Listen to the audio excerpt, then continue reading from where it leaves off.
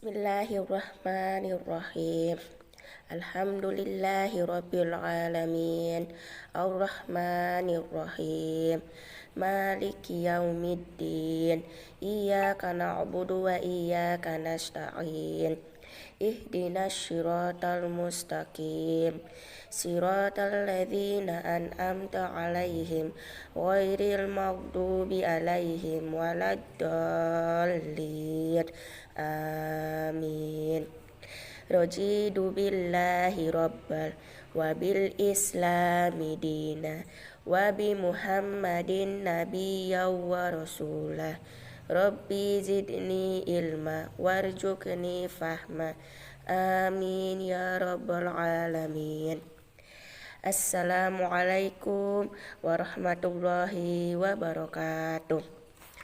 Oke, bagaimana kabarnya kakak? Sehat? Alhamdulillah. Semoga kita semua tetap selalu dalam lindungan Allah Subhanahu wa Ta'ala. Amin ya rabbal alamin. Oke, untuk hari ini kita belajar Bu Pena, tema 1 hidup rukun, subtema 3 hidup rukun di sekolah. Oke, sekarang kakak silakan buka bukunya halaman 45. Di situ ada pembelajaran 2. Yang pertama, muatan bahasa Indonesia KD 3.1 dan 4.1. Menyebutkan kalimat perintah dalam teks cerita. Oke, untuk pembelajaran sebelumnya, Ibu Guru sudah pernah membahas tentang kalimat perintah, ciri-ciri kalimat perintah. Kemudian kakak sudah bisa membuat kalimat perintah, sudah bisa membedakan kalimat perintah, dan bahkan sudah bisa membuat sendiri kalimat perintah. Oke, sekarang Ibu Guru kembali mengingatkan untuk kalimat perintah. Ciri-cirinya itu ingat di akhir kalimat, di akhir teks, kalimat perintah diakhiri dengan tanda seru. Jadi di sebuah kalimat perintah ditulis di akhir kalimatnya itu ada tanda seru. Jadi tanda serunya seperti ini ya kakak. Ini disebut dengan tanda seru. Oke, selanjutnya masih muatan bahasa Indonesia KD 3.1 dan 4.1.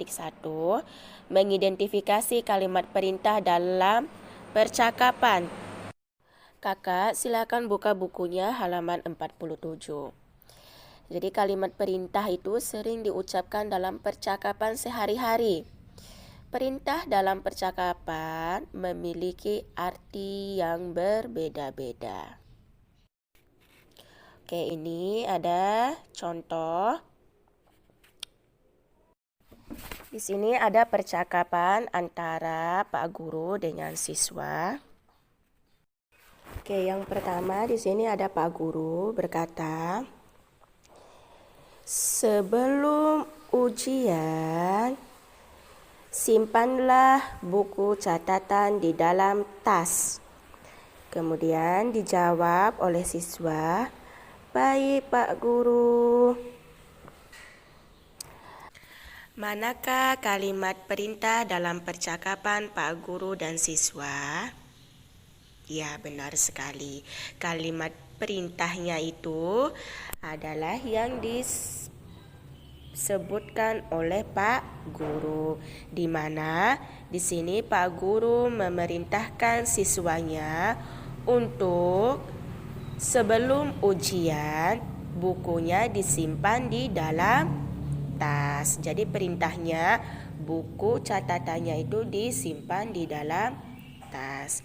Kemudian perintah yang disebutkan oleh Pak Guru dijawab oleh siswanya dengan baik Pak Guru.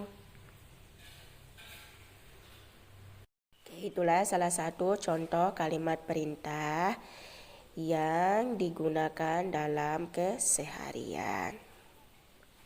Oke, untuk tugas bahasa Indonesianya, kakak silakan kerjakan Ayo berlatih di halaman 45 nomor 1 dan nomor 2 dan di halaman 47 untuk muatan bahasa Indonesianya. Oke, selanjutnya kita kembali ke pembelajaran 2. Kakak bisa buka bukunya halaman 46. Muatan PPKN KD 3.1 dan 4.1 menyebutkan pengamalan sila pertama Pancasila di sekolah. Contoh pengamalan sila pertama Pancasila di sekolah. Yang pertama, mempersilahkan teman yang akan beribadah. Jadi ketika teman ingin beribadah, ketika waktunya beribadah dan teman ingin melakukan ibadah, kakak harus mempersilahkan temannya untuk melakukan ibadah. Kemudian yang kedua, berdoa bersama sebelum belajar di kelas. Oke, seperti yang biasa kita lakukan di sekolah. Kalau di sekolah, sebelum belajar, kita biasanya berdoa bersama-sama sebelum belajar. Dan sesudah belajar pun kita selalu berdoa bersama-sama. Itulah 2 contoh pengamalan sila pertama Pancasila di sekolah. Oke, selanjutnya menyebutkan pengalaman sila kedua di sekolah. Contoh pengamalan sila kedua Pancasila di sekolah. Yang pertama, menggunakan bahasa yang santun saat berbicara dengan guru. Jadi saat berbicara dengan guru, saat berbicara dengan kakak kelas, dan bahkan saat berbicara dengan adik kelas atau teman sebaya, teman bermain, itu harus menggunakan bahasa yang santun, bahasa yang sopan, bahasa yang baik. Kemudian yang kedua, menolong teman yang mengalami kesulitan. Jadi jika ada teman yang mengalami kesulitan, kesusahan, kakak harus menolongnya atau membantunya.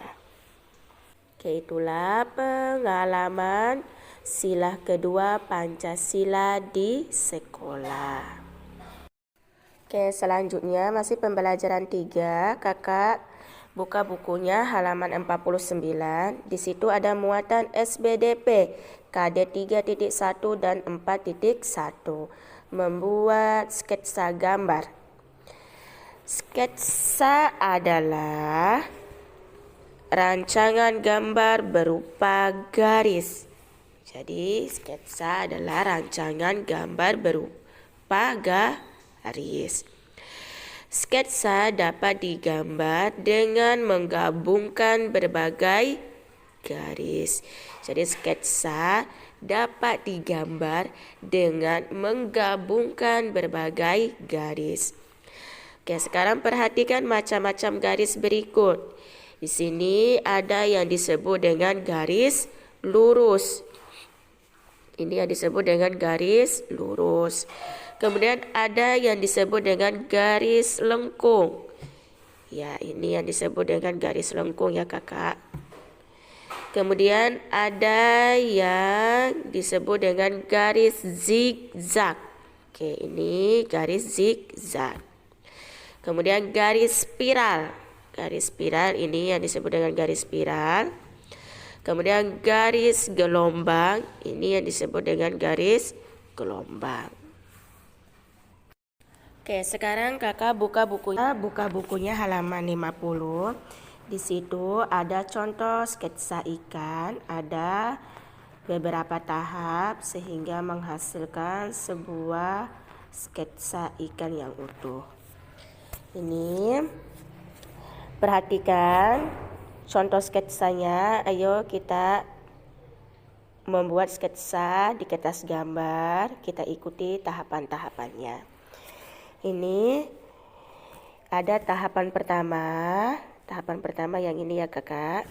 Caranya itu membuat sebuah garis.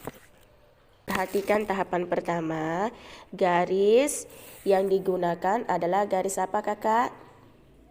Iya, garis gelombang. Kemudian kita masuk ke tahapan kedua.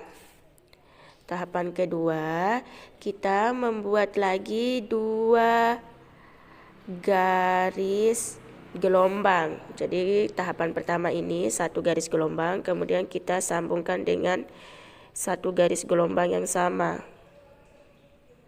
tapi berbeda arah.